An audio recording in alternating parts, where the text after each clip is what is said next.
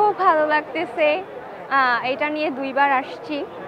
খুবই ভালো লাগে শুভ নববর্ষ পালন করতে, আমাদের বাঙালি ঐতিহাসিক শুভ নববর্ষ। পার্থক্যটা অনেকটাই অন্যরকম অ্যান্ড এইবার অনেকই ভালো লাগতেছে। এটা অনুভূতি খুবই ভালো অ্যান্ড এইবারগুলো আরো বেশি ভালো হয়েছে আগের বার থেকে।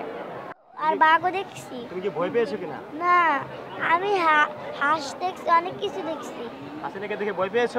না না, এবার যেটা মনে হচ্ছে যে সেই ২৪-এর যে স্বাধীনতা সেটাকে ধারণ করছে। শেখ হাসিনার ভয়ঙ্কর একটা ছবি এখানে দেখানো হয়েছে।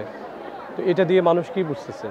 এটা বুঝতেছে যে গত ১৭টা বছর এই বাংলাদেশে সে গিলি খেয়েছে এবং তার যে ভাবমূর্তি ছিল এবং তার যে কার্যক্রম ছিল সব কিছুর প্রতিফলন তার এই চেহারার মাঝে বিকশিত হয়।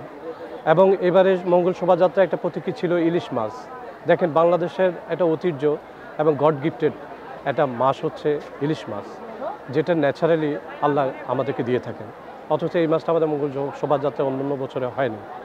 এবার অনেক সুন্দর করে রূপালি এবং গোল্ডেন ফ্লেভারে আমাদের ইলিশ মাছকে দেখানো হচ্ছে।